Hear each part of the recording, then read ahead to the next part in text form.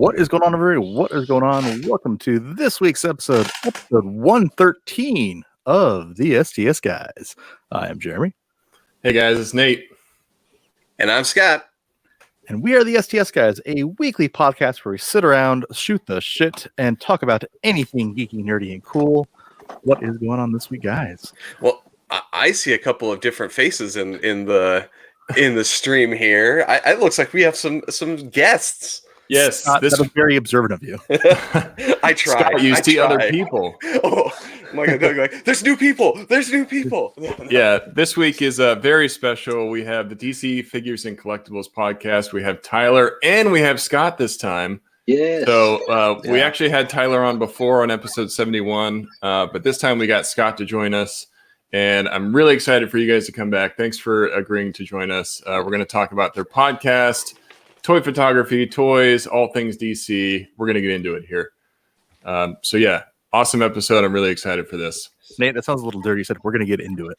We're going to get into it here. Let's do this. Welcome to the STS Guys orgy. All right. All right. Let's get it on. Let's do it. Yeah. So we're going to do the first streaming orgy. Hey, you know good at all, Scott. Cybersex to a whole new level, right? Like, scaring our guests away. We'll really say, you know what? Hello, YouTube Copa. Yeah. And I am sorry for myself, everybody. I'm just gonna apologize for being me. Yeah, just excuse Scott from the get-go. But yeah, to all of our viewers, we switched it up a little bit on time this week, so thanks for continuing to join us. But Scott is actually all the way from Stoke-on-Trent, England. Yeah. So I want to make sure that we are considerate of his time. We're going to switch it up on our time, so it's not too late for him. But I'm glad it worked out. I'm glad everybody's here.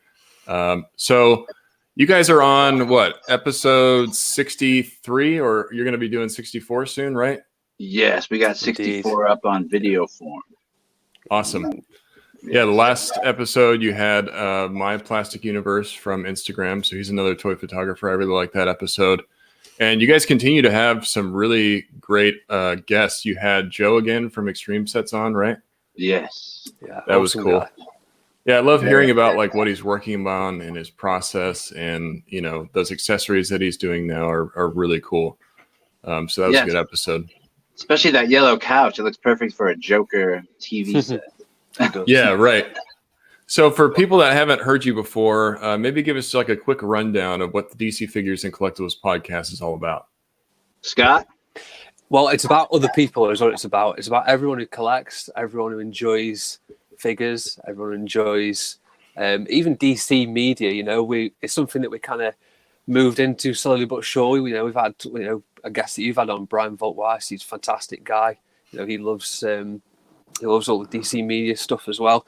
But yeah, it's all about people that collect, love collecting, and love photographing. So yeah, it's very much what we want to do is engage in the community and speak to people like yourselves and everyone who collects figures. It's been fantastic fun so far, and yeah, it's been great also to get to know Tyler, and obviously we started on a less popular podcast and then moved into our own little world of DC Figures and Collectibles. It's been an absolute blast. Yeah, I was going to ask about that. So you guys were invited to another podcast, and that's kind of how you... Yes. I know you kind of knew each other through Instagram, but that's kind of how you got your own idea to do it? Yeah, it is. So we got invited onto a previous podcast, which we're not going to mention, that ended quite swiftly for us three at the time. And then me and Tyler... started our own podcast. Tyler begun with JC Malone as the first sketch, which is an amazing pick, to start off with. And I joined after, and we spoke to people like Neronian, The Amazing, all these epic people of Instagram. And there was a guy we had on called Nate as well in episode 5 as well. He was quite cool. Yeah, he sounds terrible. Did he have an epic beard? Oh yeah, finally trimmed and groomed. Speaking of epic beards, Tyler, you got one growing pretty nice too. Yeah, thankfully I got it trimmed. It was getting kind of woolly. I hope it wasn't specifically for this. Like, I got to get on with those guys. I got to. Nah. Well, I just want to piggyback a little bit on what Scott said, especially on highlighting people. Whenever we have a guest, the main thing we want to focus on is them, and even Scott's the one that brought up our latest guest of My Plastic Universe, and just having him on and taking a look at his stuff, it's pretty impressive the amount of stuff he's able to create by himself, and it's also blows me away that he doesn't have more followers. So that's the sort of thing that we always want to make sure we bring on guests that do incredible work but maybe may not have the ability to be seen by many people, and shine a spotlight on them, because there are a lot of talented people out there that the algorithm crushes. So thank you, Instagram. Yay, Instagram. You're welcome. But yeah, I think that's always been a cool part of your show. Like, you get some really big name guests, but you also get guys that maybe I've never heard of before and maybe deserve a little bit more spotlight. So you're helping them, bring them into the spotlight, giving exposure to their account. I've discovered a lot of the accounts from your podcast, and I just immediately follow them after I listen, because I'm like, okay, this guy sounds cool. I like his work. It's a great way to get the word out. Yeah, and for anybody listening, please go check out Tyler and Scott's Instagram. Tyler is at BatmanFigs. Scott is at the.batfan. They do some amazing toy photography, mostly DC-centric. Every once in a while, they'll throw in something a little bit different. Scott, I know, loves Marvel, so every once in a while, he'll throw in a little bit of Marvel. No, just kidding. Scott hates Marvel. But yeah, they have some really great accounts, some amazing toy photography. So please go check them out. Before we get too far, I know I skipped a bit, guys, so I'm sorry. It's been a week, right? Yeah. Just the best segue ever. It's been a week, right? It's been a week. It has been a week. Does anybody have any It's Been a Week stories? I bought something. I bought something too. I bought something that I'm very. Y'all know I'm a big purveyor of scotch, right? Like I don't go anywhere without a bottle. There's a very special bottle. I am also a very big fan of Parks and Rec, right? So did you know Nick Offerman, Ron Swanson himself, has his own Lagavulin line now? What? And I picked me up a bottle of Nick's Offerman special Lagavulin. I am so excited to drink this.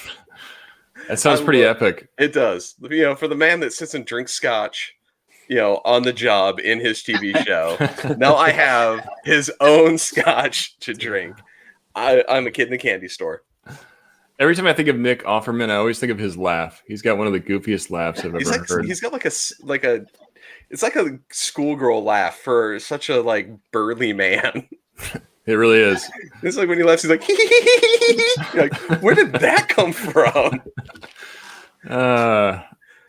Jeremy, what about you, Jeremy? Do you have anything? There's just one small thing. So we moved here, right? And so I'm trying to find the Christmas decorations, and looking, couldn't find. I said, I got our tree out, and I put the tree up, and what the size of our house now is, I said, the tree looked like it sucked in there. So I'm like, you know what? I gotta go out and get a new tree. So I went out and got a new Christmas tree with an uncomfortable amount of lights. Like, you probably know one. You probably see. I said, well, judging probably where you get your scotch. I said, at Costco they have this tree with this crazy number of lights on it. So Jeremy, you and I are the dogs don't get it. So it's like, oh, good God, son! It's so crazy. It's like that's radiating illuminating over there. Your house. There's 2,000 something lights on there. It's ridiculous. Yeah, if you have epilepsy, don't go. Christmas. Don't put those on Twinkle. No. Yeah, you're gonna die. You might have a seizure if you walk up to Jeremy's loft. That's awesome, though. Yeah, I actually got a Costco tree too. Not this week, but I got a smaller version of that one. So I buy real trees. So I also from Costco, but it's a real actual cut down tree. I elitist real trees because my allergies just kill me. I can't. Yeah, Tyler, what was that? I said elitist. Yeah, I know. I'm the elitist. I am the elitist. I only do real trees. Yeah. No, I'm not about that real tree life. Well, I bought the damn base for it, so I'm gonna use that fucking thing. You gotta use it. Right. So if I have a base for tree, I'll pay the $50 to get a real tree from Costco. It's not that expensive. Yeah, but then you got to deal with taking it out and it rots and no. all So that the greatest thing, less than a mile from my house, the city puts out a Christmas tree collection thing in January. So I literally have to drive it like half a mile from my house and just throw it into a park, and it's done. So that's a lazy man tree service. Costco fake tree. Saw this year. It has remote control. Yes, it does have a remote control, and it's actually pretty awesome. It's pretty fancy. Like you can change the colors. You can change whether or not they like dim or they blink. They can alternate between. It's kind of cool. So who's the elitist now? Word too. yeah. Who's the elitist now? Right? Like, oh, I got my Christmas tree has a fucking remote. And I can change the color. Like, yeah. I'm not so bad now. That's true. Well, I had a week too. I actually got a really cool new addition to my toy collection this week. I finally took the plunge and got the DC Collectibles Batcave set. It's actually way bigger than I thought. The box was freaking huge. I was like, oh my God. I told Tyler, I was like, hey, what are your thoughts on this? Like, should I keep it or not? And he's like, definitely keep it. Because, you get something in the mail and you're like, holy crap, this thing is huge. But I opened it up and put it together and it's amazing. It's like one of those pieces, like one of those grail pieces I've been looking for a long time for toy photography because I shoot a ton of Batman. I've got a lot of people that I have a little thing for Batman, you can't tell. But hey, so I've always seen Nate and Batman in the same spot. Never. True. Don't tell my secrets. I've also never seen the lead singer Smash Mouth and Guy Fieri in the same spot. Pretty sure they're the same guy too. That's sad. So anyways, I got the Batcave. It's pretty awesome. It lights up. You're going to see some shots. I did some shots this weekend with it already. It's pretty amazing. And you get an Alfred. Yeah, that's right. You get an Alfred. You get like all like his little duster and stuff. And I have really Scott and Tyler to thank, and also their friend Lewis. I've been following their accounts for so long, and they always throw in a Batcave shot every once in a while. You'll see one pop up, and every time I see it, I'm like, Jesus Christ, I need this set because it just looks so good. So I really have you guys to thank for inspiring me to get that set. Yeah, I'm glad you just did. Happy we get to see your pictures with it. Yeah, I can't wait to post some. I'm getting some ready. I'm just trying not to do like all Batcave because I feel like I'm going to do Batcave for like an entire week, and people are like, Jesus. That's understandable. You got a new toy. You got to play with it. Yeah, that's true. Yeah. How do you find shooting it like with the lighting and everything? Because it is kind of difficult sometimes.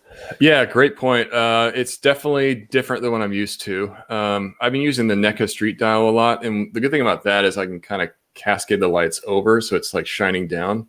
Yeah. But the thing about the Batcave is you have that big piece in the back, which is the computer itself, but it reflects light off. So I have to be really of strategic about backlighting it. So yeah, the first like hour of using it, I was like, man, this is just not working out. So I had to mess around with all the lights and try it again. It's definitely it's a process. Yeah. Yeah. It's part of the joy. It's cool just knowing that other people struggle with it. It's not just you. Oh man. It's actually very true. Right. Everyone else is like, no, it's super easy. You're just dumb. Yeah. I think we could all agree that lighting is probably one of the most difficult parts of toy photography, at least for me. Oh, yeah. Well, I can imagine with like with a diorama where you actually have walls up, you can't really position the light in the same like degrees that you can, if you're just shooting out like outside or something. Yeah. Definitely. You got to really be conscious of not oversaturating it with light. And you do that sometimes, unfortunately, by pointing a light a certain way to light up a figure, but then you realize, oh, that's also cascading on the background too. So I have to be a little bit different about that. Or with the NECA street dial, you see yourself reflecting in the window, and you're like, ugh. Oh yeah, it's funny. I actually took like four of the windows out of that. There's a creepy guy in the reflection here with bedhead and pajamas. Why is he looking at me? He's just a bystander watching the fight. It's fine.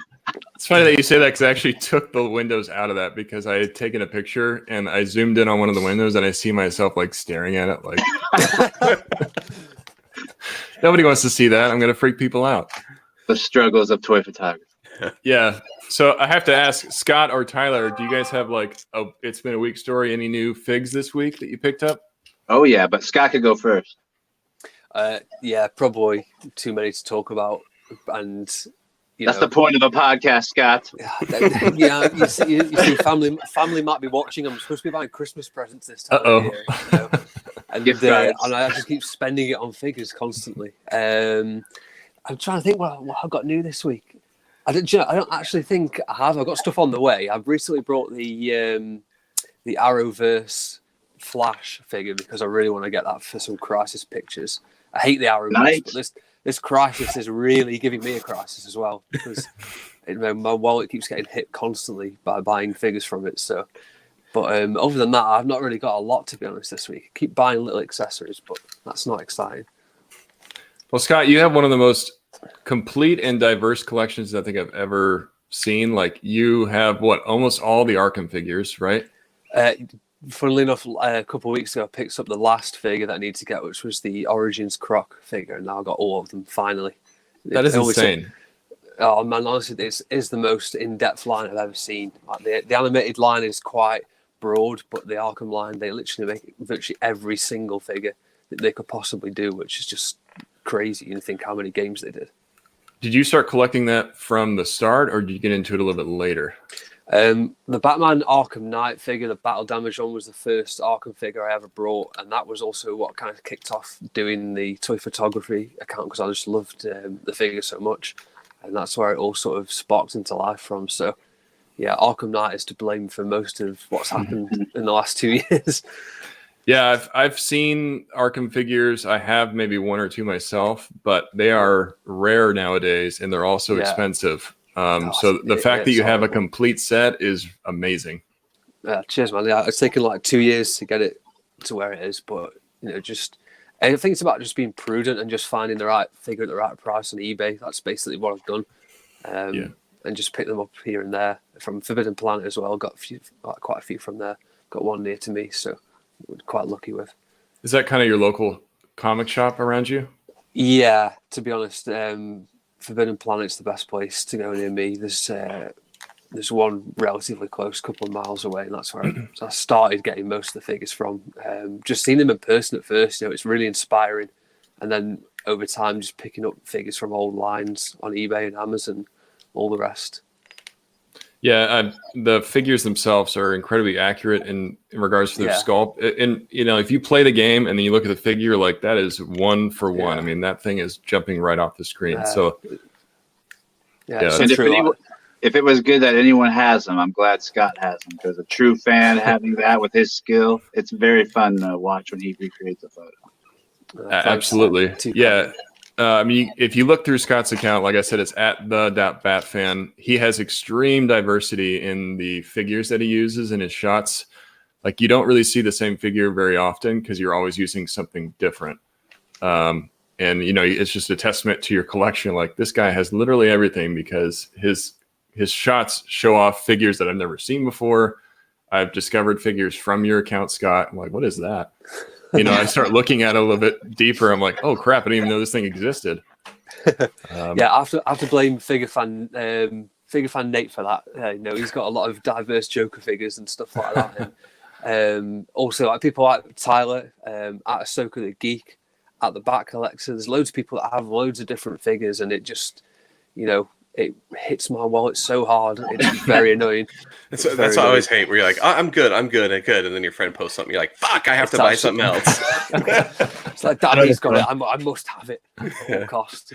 I think we all know that struggle. We're all collectors at heart. There's always you always feel like, oh, I've got enough. And then you see something else that somebody else has. You're like, okay, I got to find that. Yeah, there's always a rabbit hole to fall down. Always.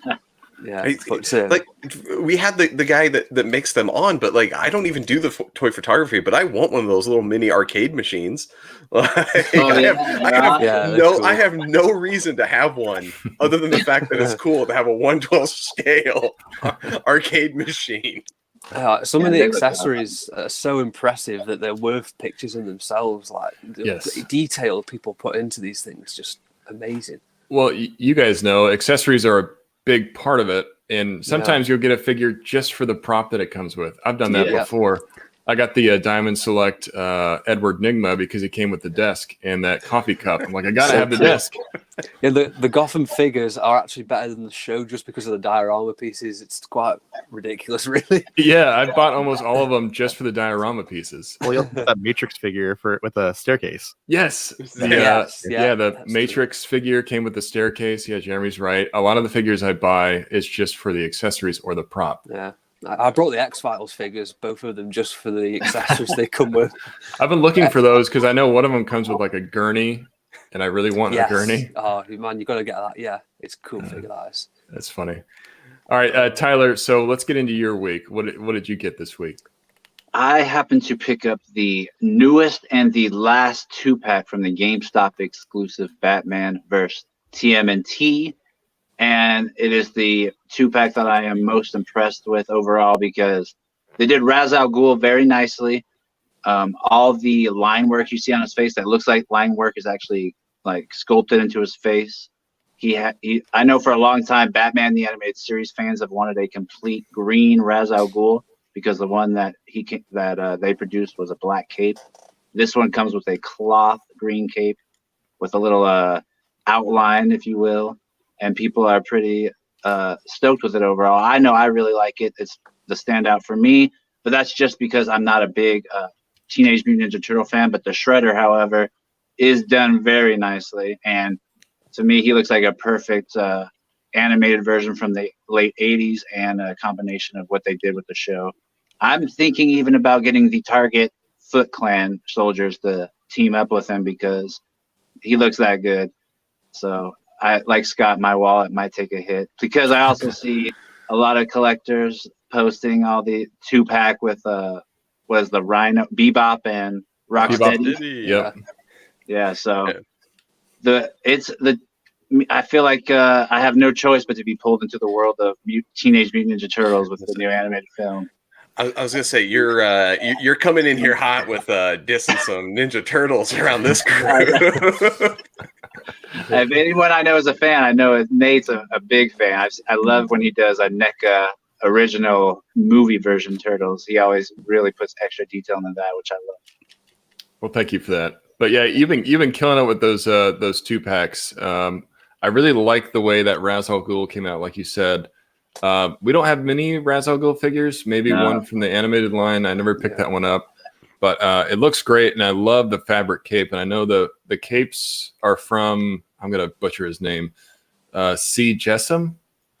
It's a collector on Instagram, right? Yeah, so at C. Jessam on Instagram actually makes all the fabric capes. He got a deal with DC Collectibles, which I think is really cool because that's another guy from the toy community being recognized by a big company and then having them work with him to create a product. I mean, that's awesome. Yeah. Look what happened. People actually love him. Yeah. So I've always said I want that to be my claim to fame is not to be like a famous person, but to have like something ridiculous. Like what are you famous for? I make the capes. For DC. You know those fabric capes? Those fabric. Yeah, like I said, I've always wanted. My dream goal is to always be the voice of a Pokemon in the animated series, not like a character. Just give me one Pokemon, and I'll just and then that's it. Like that's it. That's what I'll do. And then I can go to conventions, be like, I was the voice of that one Pokemon. Yeah, you can charge $50 an autograph. Yeah, exactly. For the three people that like that one. Scott, I've always said that you should be some kind of like voice actor for cartoons because you got the voice for it. I want to, but like I said, I want to be like ridiculous roles. Like I'm not gonna be like I don't want to be like main character. That's too much work. I want to be like the ridiculous. Like I want to be like Frank Welker and just be like, oh, we need a voice of a dog, and just like, all right, I guess I'll do it. Like that's what I want is just have like the weirdest list of roles ever. That would be pretty amazing. Yeah, that sounds good. That's my kind of casting. Just a few lines and then I'm out. Yeah, exactly. Yeah, done. I'm in. Yeah. I'll do. What do you want me to do? Go arf, arf, arf. All right, I'm done. All right, see you guys next week. Yeah, I don't want to be famous. I just want the credentials of that character. Yes, and the money. And not even the money. Like honestly, there's not much money. I don't think in that. In what I want to do. Yeah, like I'll get like a couple dollars. But Scott, just go on like Fiverr or something, and just like hire yourself. You go out for like for $5. I'll give you $5. I'll give you $5. I'll do a ridiculous sound into a microphone. You can use it for your cartoons. Done. I'm gonna put it on there. You can start selling yourself on Cameo. I mean, you have it all set, man. What you just said, I realized when you said Cameo, but I was thinking like sell myself on a different type of chat platform. Scott's gonna start his own Patreon here. I was like, no one wants to see that. You're gonna become the new Belle Delphine. Yeah. You want to drink my bathwater?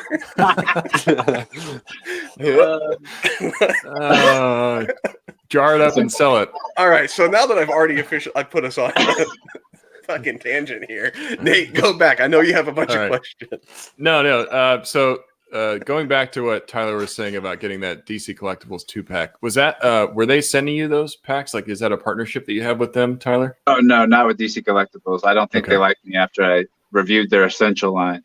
Oh yeah. Well, let's be fair. They stopped sending the samples. So yeah, the Essential line I'm not that impressed with it, I gotta say. Yeah, there's nothing essential about that line. Yeah, absolutely nothing. I got those samples and I gave my honest opinion, and they never sent again. Hey, we appreciate your honesty, though. So you're not just being fake. At least you guys these do. Are great. Yeah. The people that send you the free toys, that's kind of the ones that you might want. What's funny is I swear I did a video for Batman, and it got over 1,000 views in like an hour, and all of a sudden it was deleted, and I don't know what happened to it. So I don't know if they did it or what. But I remember you messaging me like, "What the hell? It disappeared." And I was like, I didn't even have a chance to view it because I was at work. I came home, it was like, it was barely up. It was like, Tyler, this video does not exist. And I'm like, hey. Oh well, that's crazy. So like, did you get an email, or is it just like gone? No, I went to look for it because I wanted to send it to my friend who played for the Cubs, and he was like interested in hearing about it. And I sent it to. I was trying to send it to him and copy the link, but it wasn't there. It just disappeared. The reverse flash is still up, and I think you could hear a few comments about the Batman on there, but somehow, some way, a video disappeared. Especially for as big as it got so quickly, because you got 1,000 views. It's weird that they'd want to take that away. Yeah, I rarely get that. I'm not trying to say I'm popular. It rarely gets that. Either do we. It's all right. Yeah. Well, we appreciate your honesty, and I know you get sent some other stuff too. So, kind of, if you want to, you can plug some of the other stuff that you've worked with before. What are some recent things that you've? Recently, I have been working with this company called Zavi, and I'm wearing one of their shirts right now. And they just send me clothes. And for the quality of clothing, I would say they're pretty cheap to buy because with 30% off and such, it comes around like sometimes $11 for a decent shirt. So I'd say it's pretty good, especially their sweaters. I'd say they're really thick and they're worth the money. And they're still around only $25. But then something that recently we got contacted with, and me and Scott are working on currently, and I think something that actually has it's not just a company wanting to sell something, but it actually has something behind it. There's a company called Undone Watches that are going to send a few samples out to Scott and I. We're going to take some pictures and give our hopefully honest reviews, which it will be. And if anyone buys an Undone watch, especially from the Batman line, which there's two. One is a Wayne Enterprises silver one, and the other is a more classic Batman 89 style logo. Any of the proceeds, they didn't disclose how much, but the proceeds go to a charity called Hope for Henry, which is for any kid that has cancer, and they tend to be in there a long time while trying to recover.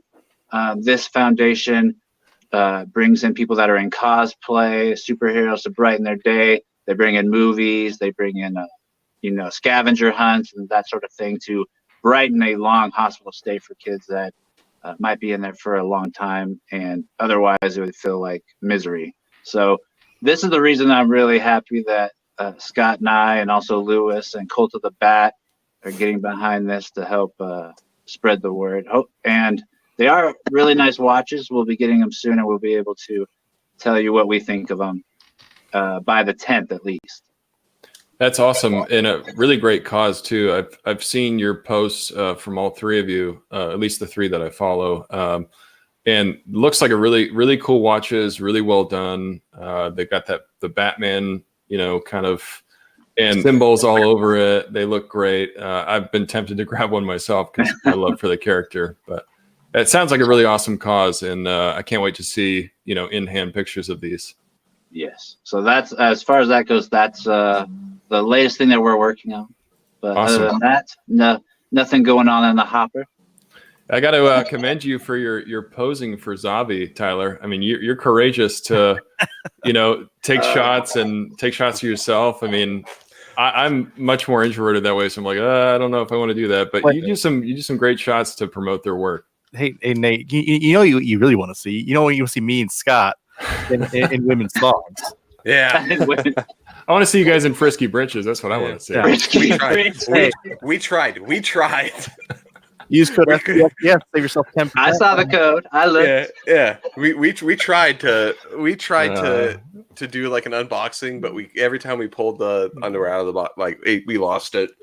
There's I understand. Jeremy has a video somewhere. At some point, we'll find and put up of It's in the archive. I need to pull it out of our attempts. That would be just funny to watch. Yeah, exactly. Because it doesn't end up well. I'm laughing too hard. I can't get the names of the products right. Jeremy just loses it whenever the underwear come out. It's definitely one of our blooper reel moments. Yes, it is. Hopefully that gets revealed.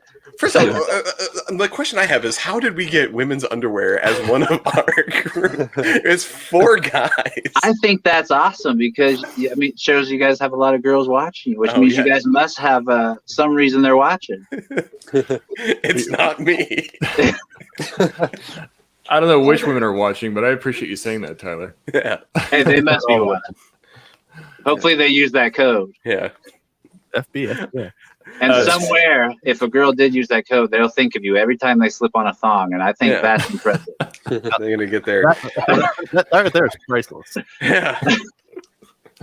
But to piggyback on that, Nate, I hate doing it. The only reason I did it is because they specifically asked for it, but I do not enjoy doing it, and that's why even I tried to do a self-deprecating post because it's not something I look forward to at all. Hey, man, you do a good job. I commend your bravery for it because I wouldn't be able to do it myself. Even my cousin rags me, so I get I hear about it. Don't worry. Speaking of Zabi, do you have like a promotional code that you're working with them on that you could share? Yes. And if you use my code, and if you look at their website, they have 30% off, and I think it's because it's just a sale. But if you use my code, it helps me out personally and shows that people are actually looking at my page and using my code, which will allow me to do it in the future if that's something you even care about. So use code Tyler30 for any of the Batman shirts, and you'll get hopefully 30% off and free shipping. Nice. Yes. Awesome. So changing gears just a little bit. So we talked about toy photography, we talked about toys a little bit. What we haven't talked about are some of the, I guess, some of the new things in movies. Chicks dig toy reviews. Yes. Yeah, chicks dig toy reviews. Yeah, that's right, Ed Pogue. Thanks, Ed. Especially because they don't know every time I do them, I'm butt naked, but I'm not on the screen. So. No, I'm just blooper reel moment. blooper reel. I like that. So switching gears just a little bit. Try getting that out of your head now. Tyler naked when he reviews toys. I don't think I'll be able to think about it. No, now I'm going to go watch more of them. No, I can only imagine what he looks like right now. Oh, that's funny. Okay. So going into movies, I've seen your posts, and I have an idea of what you think. But let me get your thoughts on the Joker movie and the fact that there might be a sequel. So Scott, you first. I've talked enough. Joker movie was unreal. I saw it 3 times and desperately wanted to go to a 4th, but didn't have the time. It was just so good. If I could pause, Scott never sees 3 movies in a year usually, so that's impressive. Yeah, it's actually true. Honestly, it was amazing. Like, Phoenix's performance was like magnetic. Even though he did so many horrendous things, you can't help but feel sorry for the guy. And even though that movie was set in the 90s, it was probably more sort of appropriate to nowadays than it could ever have imagined to have been, you know, with the mental health struggles and all that kind of thing as well. And you know, there was just a little bit of me that enjoyed me seeing him blast the brains out of Murray Franklin. I gotta say, like, he was just brilliant in it. I gotta say, you know, fantastic performance from every single person in that movie. Really, really enjoyed it, and not too sure about a sequel, but if they can make it anywhere near as good as the first, then it'll be well worth it. Yeah, I'm just gonna throw in. I really think that they need to like leave it alone. Like, it's a great, it's a good film. But adding more to it, I think you might lose some of the impact of it. Like, I really want them to just step away and maybe do something like that for another character. Like, give me like a Penguin Mob movie or something. But like keep that as it is, the Joker, and leave it as like its own unique thing. Like, we don't need that's the sequels and universes and all that stuff. Like, just give me one good film. No, that's the problem though. So they won't, just because that's the way Warner Brothers like things up. Like, it's just that's what they see dollar signs and exactly they're straight on it. And I think a Penguin movie is a good shout. I think Mr. Freeze or a Riddler movie would be cool as well. Yeah, quite interesting to see. But God knows what they're going to do with Warner Brothers. You never ever know, and that sometimes is the worst thing in the world. They don't know. They don't know. Yeah, even when they're doing a trailer for something, they don't know if they're actually going to release that version of a movie or what is going to happen. Or if they're going to have to get Joss Whedon in to fix it. Well, my thing is, like, no. God, no. Please no. Yeah. No, I agree. Like, I think they should leave it alone. And I think one of the reasons why it might have been so successful to begin with is because I don't know how involved WB really was in the Joker. You know, it wasn't like a Justice League type movie for them. So they're probably like, you know, let them kind of do their thing. We'll see how it comes out. And I think that was probably the magic of that movie, because it felt so different than anything else they had made. And it was so specific to the character, talking about doing other rogues. I mean, if you kept that kind of style and focused on other rogues, you could do it almost like BTAS style, where they have a movie that focuses on the rogues themselves. And you start building out the gallery, and then you start introducing the heroes into it. I mean, that'd be an amazing way to get people into the DC lore. I just, knowing it's WB, I'm like, oh man, I don't think they're going to be that smart and be like, hey, let's get a Mr. Freeze movie that has the same kind of tone as Joker. You know, now let's give a Penguin movie or a Riddler movie or whatever. You get two together, or you know what I'm talking about. But now that they know it's so successful, now that they made so much money, I feel like they're going to get their dirty little hands into it and screw everything up. Yeah, that sounds about right. It's crazy, isn't it? Like, that movie only costs like, what was it, like 55 million or something, and it's made over $1 billion. I think it's the most profitable comic book movie ever. I think that's right. It's crazy. Absolutely. It's reported that half of that budget went to cigarettes. Oh, shit. Yeah. It's cool though, because it's a superhero movie, but it doesn't really have any CGI from what I could tell. There's not these huge action sequences. There's not any other heroes in the movie. You know, there's Bruce Wayne, but young Bruce Wayne before he's a Batman. And I think the tie-in for that is just amazing. Like that final act where you kind of see the chaos surrounding Joker creates the Batman in its own way, because you know, his parents get killed. It's like, whoa, this is amazing tie-in. Like, I didn't expect that, but it was so cool. So can I tell you that's the one part of the movie I didn't like? What? I didn't like it. Only because I like the idea that the Joker and the Batman are just polar kind of negatives of each other, right?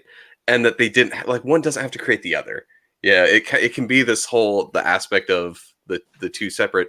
And we don't need another goddamn scene of Batman's parents getting killed. They show it in every fucking movie. I don't need another one. I gotta say, definitely on that. This is the Joker movie. I don't need like Bruce Wayne's parents getting killed in the alley. Valid point. It's actually true. That is very true. Yeah, they do shut off any chance they can get, really. I hope Matt Reeves is listening right now. He probably isn't. I hope he is. I hope he is. Yeah. Get that slammed over the head. It's a really good point though about the CGI and stuff, because like no Batman or sort of you know, this wasn't directly a Batman movie, but no Batman movie of that kind of sort should have CGI in it. Really, you don't need it. Like, the whole point of Batman is that he's a realistic superhero, and that's I feel like that's the whole essence of the character. It's not like a Superman movie or where he's got special powers or anything. No, it should be realistic and believable. And it gets us to know the character and kind of like what drives them. And I think focusing on the character is really what's important, because, you know, if you don't read DC Comics, if you don't have a big following of Batman, you might not know, you know, why Joker does what he does or why he's so crazy. And so this movie kind of gave you a view into how he really is and why he does the things that he does.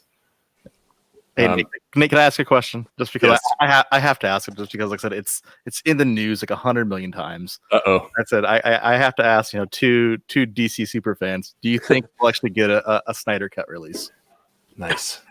I was actually going to ask this, so I'm glad you did. Let's talk Snyder Cut. Yeah, let's talk Snyder Cut. The article I read today was like the production. So basically, one of the production assistants said basically the theatrical release had only 10% of Snyder's footage in the actual movie. That's crazy, isn't it? So 90% of the theatrical release was reshot. So the Snyder Cut is literally 90% different than what was released. Wow, that's crazy, isn't it? It's absolutely crazy. I the think craziest part to me is the fact that Warner Brothers tried to cover up the fact that they weren't happy with Zack Snyder and his vision by saying, oh, he's just giving time off because his daughter committed suicide. That's the worst thing you could possibly do. Right. And then try to put his name on it for garbage that Josh Whedon created and say that he directed it and not give any credit to Josh Whedon, basically just pay him and let him get off scot-free. So everyone that hates it be like, oh, well, if you look at who directed it, it's Zack Snyder. When if you look at the images even of William Dafoe as the Atlantean mentor, he looks way more majestic and regal. He's got long flowing hair. His armor looks badass. It's like, I understand like the top knot thing. I understand the top knot thing only because now looking at it, you realize it would take millions of dollars to CGI hair. So you kind of feel like a cynicism towards it. But I mean, just looking at every picture, you know Zack Snyder had a very cool vision. And even I saw they did statues of Cyborg where they had his final version, and there's a lot of cool things there. So I think that with all the noise and all the celebrities tweeting about it, I really hope we get it. I'm still up in the air. I would say probably 60-40 at this point. But I still think if you're Zack Snyder, you never release it, because if it's bad, that's if it's bad, then they're like, see, it was his fault, you know, like the whole time. So he can sit there and be like, I have a way better cut, but I'm never going to release it. But trust me, guys, it's better. And he saves face, right? Like, the only thing that has me, like I said, just wanting to see this movie is because the director's cut of The Watchmen is 100 times better than the theatrical release. But he still messed up the ending.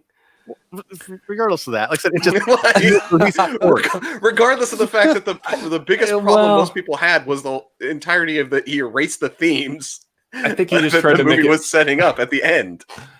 I think the only thing about the difference in the ending is trying to base it in the world of realism. You know, like, let's not have this huge alien drop down on the city. We'll just make it more of like an atomic blast type of thing. Yeah, but then you make, I don't know. I don't like the whole idea of making.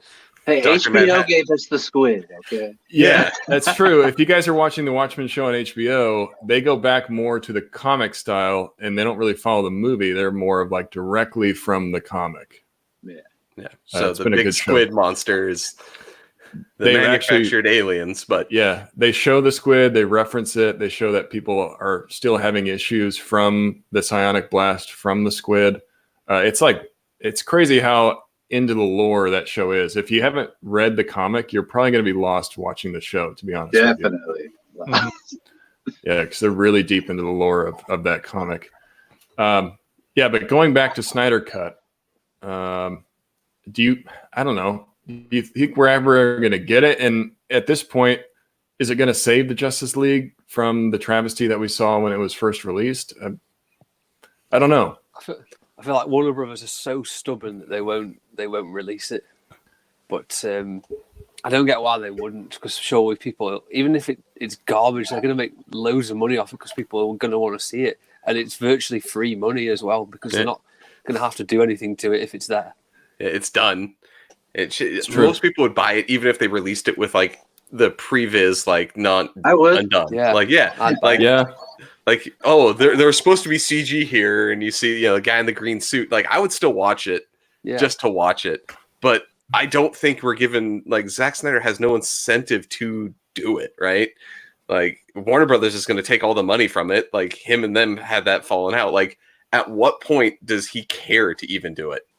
I think he's so angry about his name getting trashed because of Joss Whedon and this horrible, horrible movie that he butchered. Yeah, I don't see him caring enough to actually release it. Yeah. Well, see, I disagree with that, and the only reason I disagree with that is because why would he then want to prove so much its existence? So, but it's to my point. He's letting people know he has it. He never has to release it, and if it's good, it's good. If it's bad, then he can hide it and say like, "No, my version's way better." But everyone believes him now because you've never seen it. But he actually doesn't care about it. He does care about it. Yeah, because otherwise he'd just forget about it and not mention it ever again. It's the fact that he had to prove that it existed. Like I said, shows that he cares about it. Like he. Mm-hmm. Well, and he showed that film canister, right? That actually kind of proves the existence. It says ZSJL Director's Cut on it. Yeah. So it's like 3.5 hours. There's a film canister that has something in it that says Director's Cut for Zack Snyder. So do you know that was just that he just put that on a film canister, and that's filled full of like fruit by the foot. Like it's he's just sitting there eating some candy out of that thing later. He's like, I tricked him. Gotcha. Oh, gotcha. Scott, you know how to always bring me down, don't you? Again, I will believe that it exists when there's a version of it that I can actually watch. Speaking of Snyder Cut, Scott and Lewis have been doing an amazing weekend theme. So Lewis, I've been talking about Lewis a lot on the show, but I haven't said his Instagram name. At the Bat Collector on Instagram, and Scott again is at the Bat Fan. They do weekend themes every single weekend, and I have to commend you, Scott, because the amount of content you guys produce every week, it's like 5 shots a weekend, right? And you're always changing the theme. The creative strain on you that must take, I can't even imagine, because I don't know if I'd be able to do that myself. That's a lot of different shots to have to create on top of what you normally do.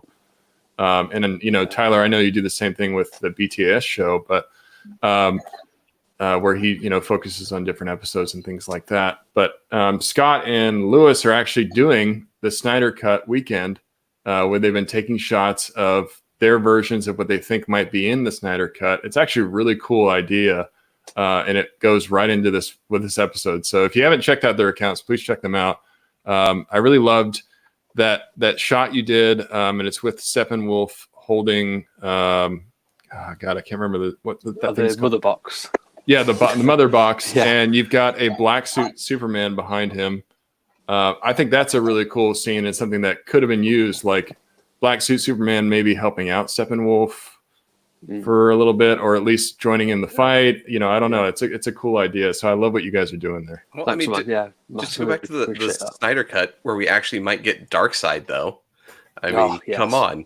Like, the whole idea was that Darkseid is the one that actually killed Steppenwolf in the Zack Snyder Cut. So, like, you need that. Like, for fuck's sake. Like, give me Darkseid.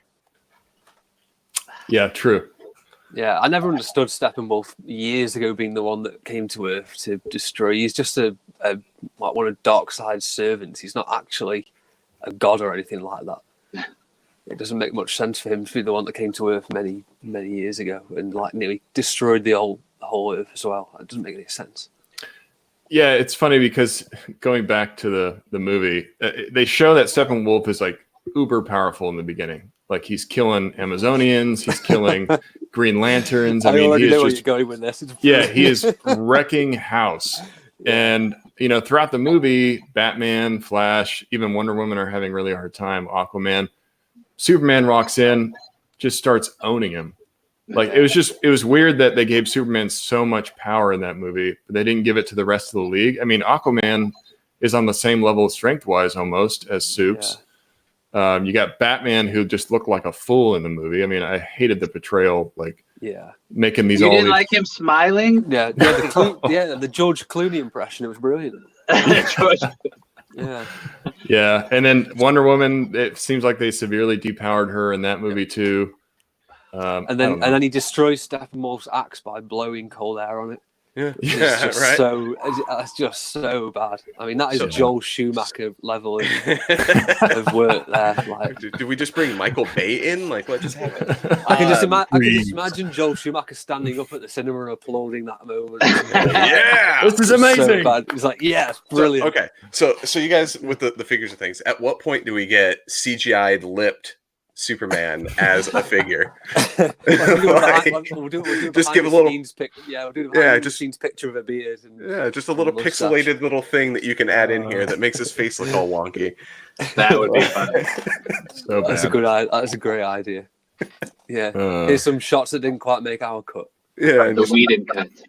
Yeah, like. Did you guys see that behind the scenes picture that was from the actual movie of supposedly Henry Cavill with the mustache? Mm-hmm. It was just so funny. I haven't seen that picture.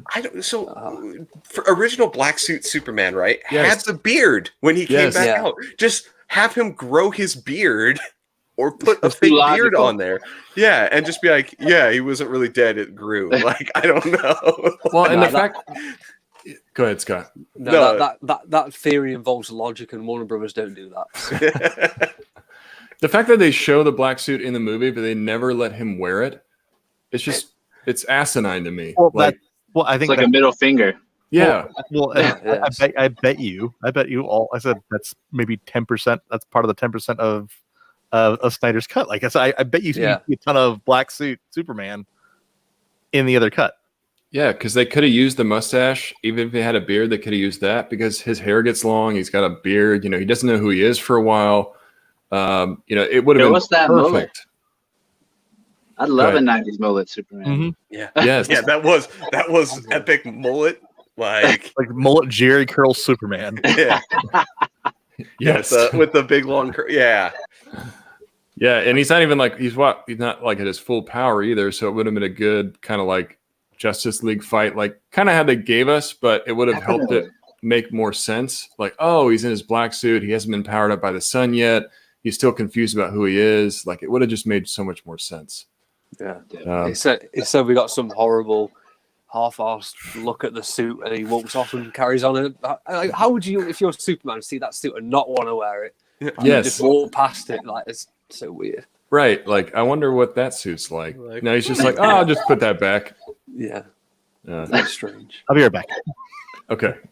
Jeremy's got to go away. So since we're talking about movies, we don't have a ton of time left, but I do want to get your thoughts on the upcoming Matt Reeves, the Batman movie.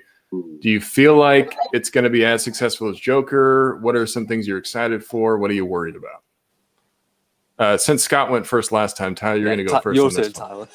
Okay. This is me being 100% candid. I really hope that it is good. So far, I'm a little worried. I think Robert Pattinson, I think that if you cover everything on his face but his chin, that he'll look like a very up-to-date DC Rebirth style Batman. Yes. The only thing I'm worried about and the thing that I do not like is the stress on taking classic characters and changing the essence of who they are to fit a political narrative. I think that if you want to do that sort of thing, you should. There's plenty of characters in the comics that have already been created that are of whatever you want them to be. And you could explore those characters and actually give them their due instead of taking a character that has already been established and changing the whole essence of their being. And I hope that a character such as Batman and the characters that he is involved with and the, I would say, mythic take that at this stage of the game that they are and how entrenched in at least our pop culture that they are, that they would handle them with care and not be flippant about what they do with them. I'm going to keep an open mind because I'm a Batman fan, first and foremost, and of course I'm going to support everything that they do, but I'm hoping that they don't trash it, if that makes sense. Yeah. Yeah, no, great points. It's cool to see that they are putting so many characters, but I also agree it's a little concerning because they are sort of changing how we know these characters. And they are packing the movie full with characters, and I always feel like that's kind of a red flag. Like, you're gonna put too much too soon. What movie has ever benefited from having multiple villains? Suicide Squad. No. Yeah, that worked out real well. That's the thing. It's like these Hollywood things. Like we have to pack all his rogues gallery. Like, just give me one good bad guy. Especially as a beginning movie. You know? Like I don't need the origin for everything. Just give me one good villain. And I definitely agree with that. Before I join in, is there anything else that you wanted to say about it, Scott? Pretty much echo what Tyler said, to be honest with you. And I hope they just... It's going to be really difficult, isn't it? I hope they just give the characters justice in each... pardon the horrible pun, but yeah, I hope they give each character justice and not just like a really crap cameo just for the sake of having the character in there. Let's give these characters some decent screen time, decent story, but let's not patronize the audience as well. We don't need another Batman origin or anything like that. Let's just see Batman full in action after a couple of years. Please, God, do not show another. Yes. Do not show another. You don't want to see pearls scattered along an alleyway. I feel like Scott's going to explode. Legitimately, you will see me rage out, like, motherfucker, in the theater. Yeah, I cannot support that enough. We don't need a new origin story. We can still get a year one Batman. That's one thing I get really excited about. If Robert Pattinson, he's young. They could build this guy for like 10, 15 years and just keep building new movies and still give us a year one Batman without showing his origin. Just say, hey, this is Batman after he's learned kind of how to fight a little bit and he's just starting out, because we all know from that comic, he was still very rusty in the very beginning. He didn't really know what he was doing. Alfred had to save a bunch of times. Alfred had to save him quite a few times. The cops almost caught him a few times. He almost gets killed because he jumps off a building and doesn't really know what he's doing and falls. And there's a lot of things you can do to kind of work in that. And hey, this is the Batman in the beginning. He's not the Batman today, but he's getting there. He's working on it. You put against a character like the Riddler, who's going to be mentally challenging, makes him focus on the detective side of Batman, which we don't get very often. I think that would be an amazing movie. Just give us that detective side, show him working it out, and show him improving himself. So what I really want, to be honest, is we have Andy Serkis, right, as Alfred. Do we finally get Special Forces Alfred, right? Like SAS style, like year one, where he's out there sniping and doing all that shit. Do we finally get Alfred as a badass? I really want that. Maybe he's a part of the training for Batman. Yeah. I hope we get one shot of him with a shotgun. Yeah, exactly. Yes. That would be nice. Yeah, so many possibilities. The fact that it's in WB's hands makes me a little concerned. Seeing how good the Joker was is promising, but knowing it's such a big character like Batman, I know they're going to get their dirty little hands involved and want to change something. I don't know. I'm a little scared, but I'm also optimistic. Yeah, I agree. Yeah. Oh no, we lost Scott. Oh no. Well, the British aren't coming. What do you guys think? You want to talk any more about Batman? We got Scott back. There he is. So we did get one question about the Batman. Tyler Calvert said, "What kind of bat suit do you guys want Pattinson's Batman to look like?" Tyler, what do you want? I want to see some blue. Yes. Mm-hmm. Especially because I love seeing your photos, Nate, and it's just a classic 80s look. Even with Batman the Animated Series, you got hints of blue highlights, so I would like to see some blue since we saw a comic-accurate Frank Miller Dark Knight Returns style in BVS, and then carried on through Justice League. Yeah, thanks for the kind comments, by the way. I would love to see a blue and gray bat suit. Ever since Adam West, we have not seen that show up in any kind of media except for comics. But with the right lighting, I think it could look really cool. Yeah, they could really make it look awesome. And it'd be a good way to like say like, hey, this is my first suit. And then he realizes, okay, maybe bright colors isn't the way to go. Maybe I should go with black. You just blew my mind right there, Nate. Right there, you got a perfect half newbie. He uses blue. Boom. And then keeps trying to hide in the shadow, and everyone's like, "What is that guy blue right there?" Yeah. Hey man, I don't know if you're trying to hide, but you are bright blue. What's that guy in the blue suit doing? You guys know there's a blue guy up there, right? Like hiding in the rafters. They need to hire Scott just for the logistical, like common sense stuff on the movie. Oh, yes. man. I think they need more fan involvement sometimes. Like, get some ideas from the fans. You know, It like, would be nice. yeah, Like just have DC Collectibles with the capes. That made a world of difference. yes, yeah, and you see that now more in the toy, the toy realm. A lot of companies are getting involved, in toy photography and people that are taking photos of toys. So it's going down that road where I feel like companies are finally like, hey, maybe we should get some people involved and see what they really like, because they're the ones buying the stuff. Definitely. So what is it that they want? And movies can take the same kind of note from that.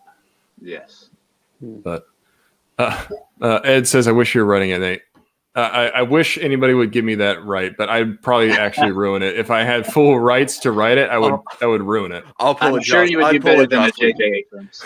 I would do a Joss Whedon on it, though. That would be my problem. Yeah. You would I just, think you'd do better than that, Scott. yeah, I don't think anybody could do that bad, Scott. You'd have to try to do that. Yeah. Hooray! Well, Scott, what do you think from England? Scott, I can hear. I can see. All of you. Okay, yeah, you're there. You just can't see me for some reason. I have no idea what's going on. My camera's decided to go rogue, which is extremely annoying. But yeah, so I missed the first part of what you guys were talking about. Thanks for my connection. that's okay. We were talking about the Batman movie, and What type of bat suit do you want to see? yep, I'd love the Hush bat suit. Basically, Yes. that's just it. Just the Hush bat suit. Just It that looked one. very cool. Yeah, just Perfect. that one. Yeah, I love the emblem on that. It looks fantastic. The blue will look really nice on the suit as well. So yeah, that's what I'd love to see. Not like the Dark Knight Rises and Dark Knight Iron Man suit. Not up for that kind of stuff. Like see a more natural Batman suit. Because I feel like in BVS, that suit was the best bat suit we've seen. So something like that. mm-hmm. Yeah, I think we're all in agreement. Blue and gray suit would be amazing for this movie. Is it kind of sad that we had finally had a bat suit where the guy could turn his head, but I kind of want him to go back to the whole body Yeah, movement thing. The Keaton turn. Yeah. The Yes. Keaton turn. Like, I kind of can we at least get like a cameo of the Keaton? Oh no! Someone has to do that movement. classic Keaton. Yeah. Love it. Well, unfortunately, I think we're at the end here, but it's been an amazing episode. Please go check out DC Figures and Collectibles podcast. They're anywhere you can listen to podcasts, Spotify, Anchor, SoundCloud, iTunes. They're everywhere. So please go check them out. Make sure to check out Tyler at BatmanFigs on Instagram. Make sure to check out Scott at the.batfan on Instagram. Amazing toy photographers. Good friends of the podcast. I'm really thankful you guys were able to join. Scott, it was great having you here as well. I'm glad we had you this time. We're going to have you guys again because there's so many things I still want to talk to you about. And maybe after the Batman drops, the actual movie, we can talk about that together. That's a great idea. Absolutely. It's a great idea. Yeah, I definitely want to thank you guys too. Thanks for having us on. This is a lot of fun. Made my Sunday morning a blast.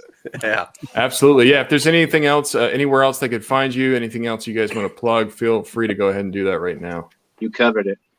Awesome. Yeah, absolutely. Yeah, and thanks to all you guys as well for changing your schedules to accommodate me in horrible rainy England right now. Definitely, man. Yeah. I appreciate it. You adjusting your schedule. I'm glad we made it work. So, really excited to have you guys here. So Nate, because you're on the shill train, you're up next. Go on. Shill Where it can they find us? Shill it up, son. Yeah. So you can find the STS Guys on Instagram at STS Guys, on Twitter at STS Guys, on Facebook at the STS Guys.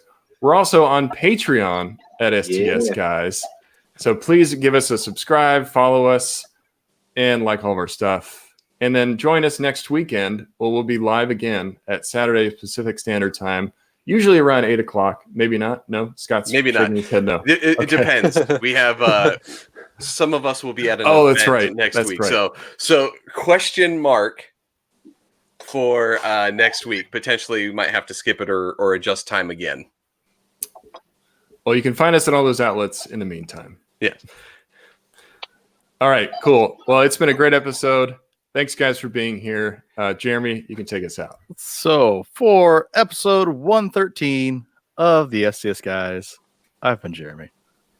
I've been Nate. And I'm Scott. And we're the STS Guys. Have a great night, everyone. Have a good night. Bye-bye. Bye.